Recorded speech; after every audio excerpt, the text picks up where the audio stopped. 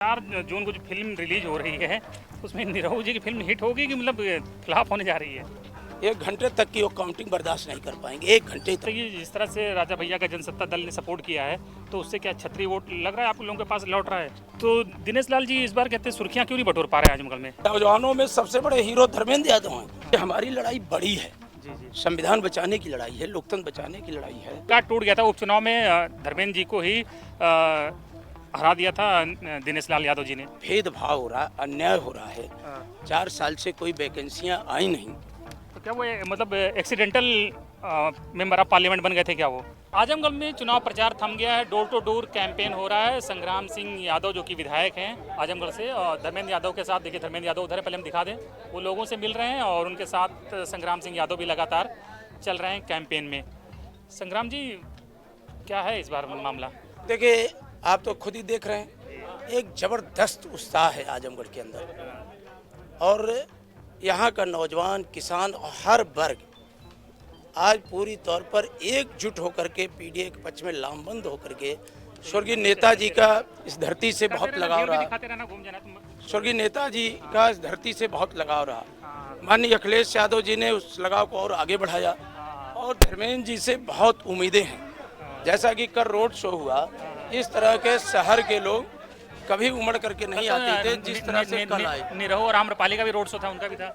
नहीं, ये अब की बार उनको लोग नोटिस नहीं ले रहे हैं। हाँ, ये हम देख रहे हैं कि निरहू चुनाव लड़ रहे हैं, उनकी इस बार चर्चा नहीं हो रही ज़्यादा, जो कि वो बहुत अपने बयानों की वजह से कुछ ना कुछ वजह से उनका कोई ना कोई वीडियो वायरल होता है, सुर्खियों में रहते हैं, लेकिन इस बार सुर्खियों में नहीं है। नहीं, उनसे लोग काफ़ी दुखी हैं। एक तो उनका बड़ बोलपना। अरे वो तो लोगों को खुश रखते हैं, मनोरंजन करते हैं, आप बता रहे हैं। नहीं नहीं नहीं नहीं, ऐसा नहीं। वो ऐसा बोलते हैं कि जो उन्हें नहीं बोलना चाहिए। जितनी जानकारी हो उतनी ही बातें रखनी चाहिए।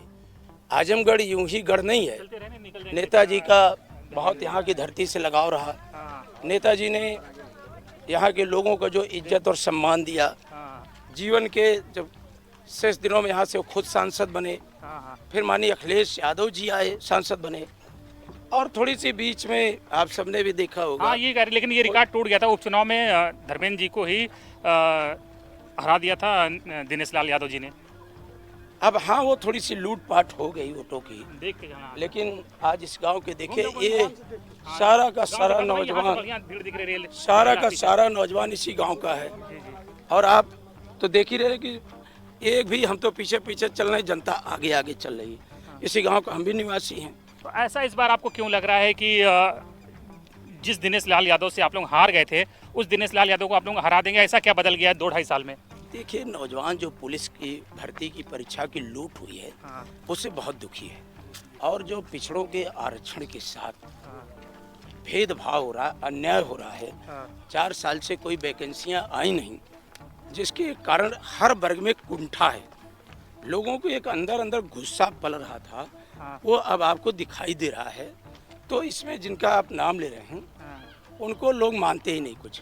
तो क्या वो मतलब एक्सीडेंटल मेंबर ऑफ पार्लियामेंट बन गए थे क्या वो तो परिणाम बताएगा। नहीं, 2019 में जैसे मतलब एक निश्चित वो तो लोग मान ही रहे हैं। वो ऐसे हो गए, तुक्का लग गया था उनका।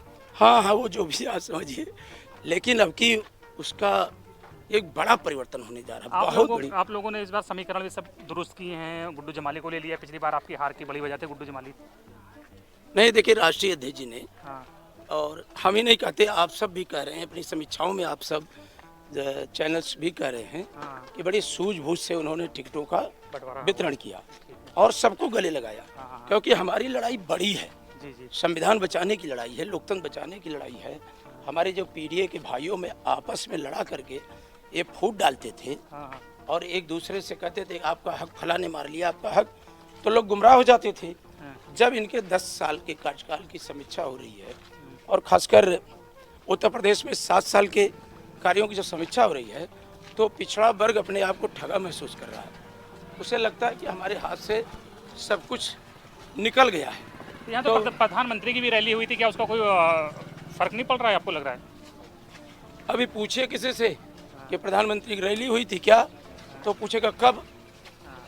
तो प्रधानमंत्री की रैली बहुत सुपर फ्लॉप गई। बहुत भीड़ नहीं हुई थी क्या? कुछ भी नहीं हुई।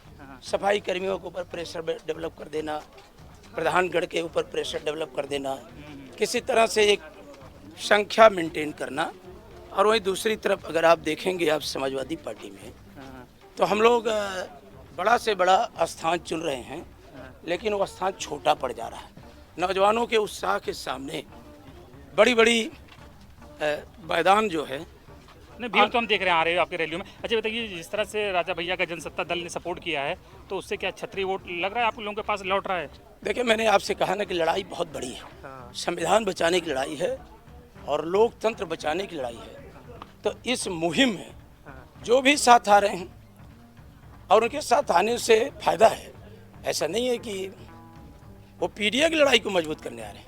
उम्मीदवार भी हमारा पीडीए से ही है। तो दिनेश लाल जी इस बार कहते हैं सुर्खियां क्यों नहीं बटोर पा रहे हैं आजमगढ़ में? आप उनका नाम कई बार ले लिए।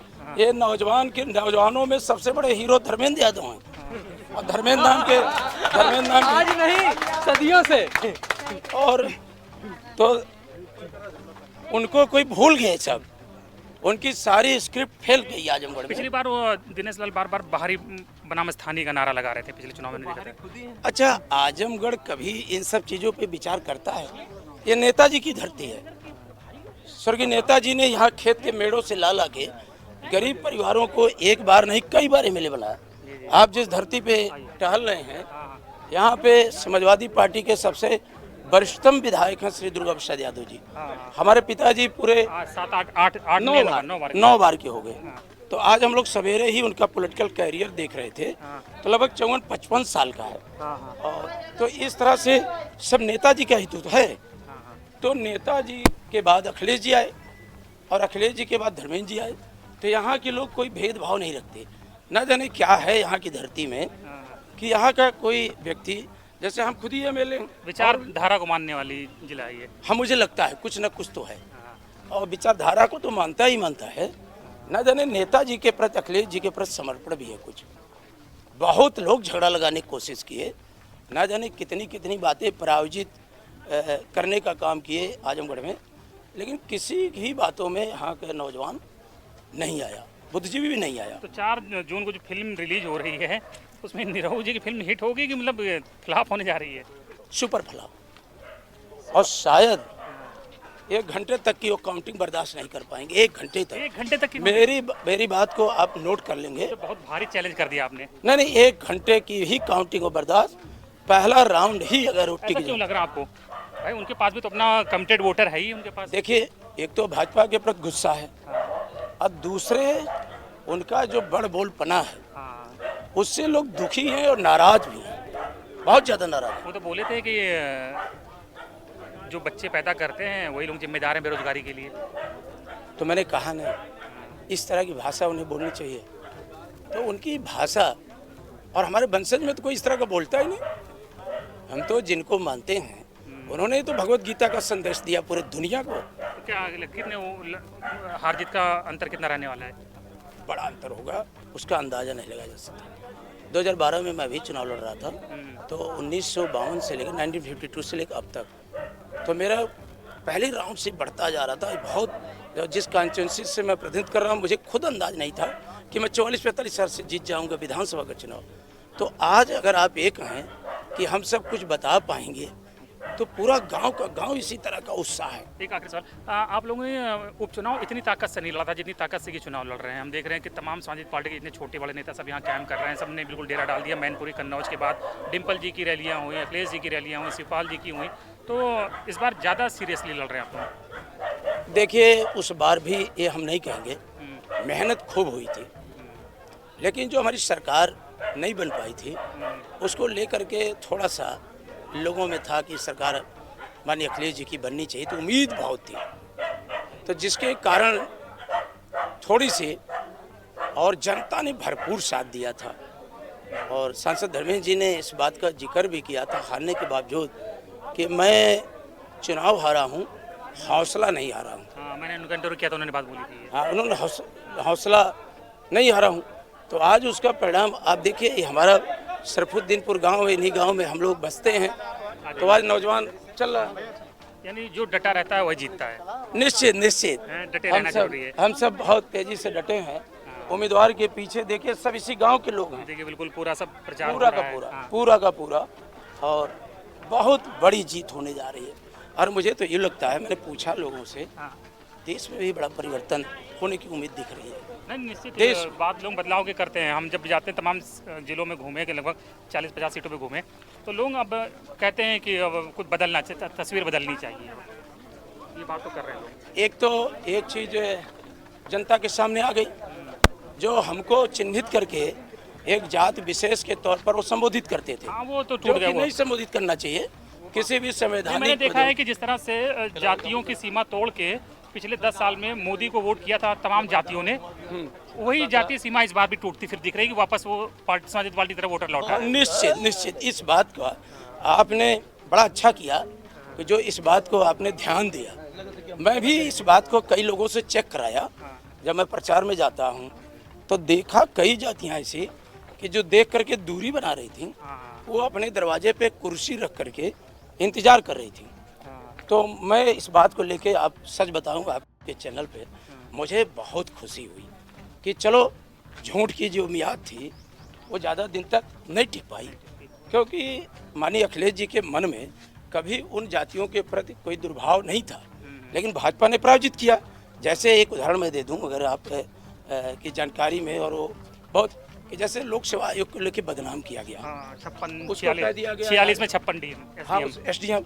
तो ये देखिए आप, जिम्मेदार पद पे बैठे मुख्यमंत्री जी आते ही उसकी सीबीआई जांच भी कराए।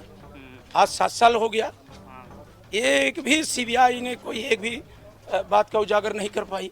मैंने विधानसभा के अंदर पूछा था कि आपने ये बदनाम करने के लिए इस तरह का प्रोपेगेंडा रचा है, तो आप कम से कम सही संख्या तो ला दो, वैकेंसियाँ कितनी थी वो ला दो। अच्छा, आप लोग जितनी मेहनत कर रहे हैं, इतनी मेहनत से लड़ रहे हैं, लेकिन इस बीच बहुत खबर चल रही है, लोग लिख रहे हैं, बोल रहे हैं, सीनियर लोग बोल रहे हैं, कपिल सिब्बल जैसे वकील भी बोल रहे हैं कि जो पोलिंग का जो डेटा है, जो शाम को चुनाव आयोग बताता है कि 55% 56% पोलिंग हुई है, लेकिन जब फाइनल डेटा आता है तो उसमें बढ़ोतरी हो जाती है। तो इसके लेकर आप लोग क्या कर रहे हैं, क्या आप लोग इसको कैसे मॉनिटर कर रहे हैं? इसको देश में जब ये बातें जा रही हैं तो देश के लोग चिंतित भी हो रहे हैं। कहीं ना कहीं ये जो आयोग की विश्वसनीयता है वो तो पहले से ही कमज़ोर हुई है, लेकिन इस बात को लेकर के लोग बहुत ज़्यादा हैरान हैं।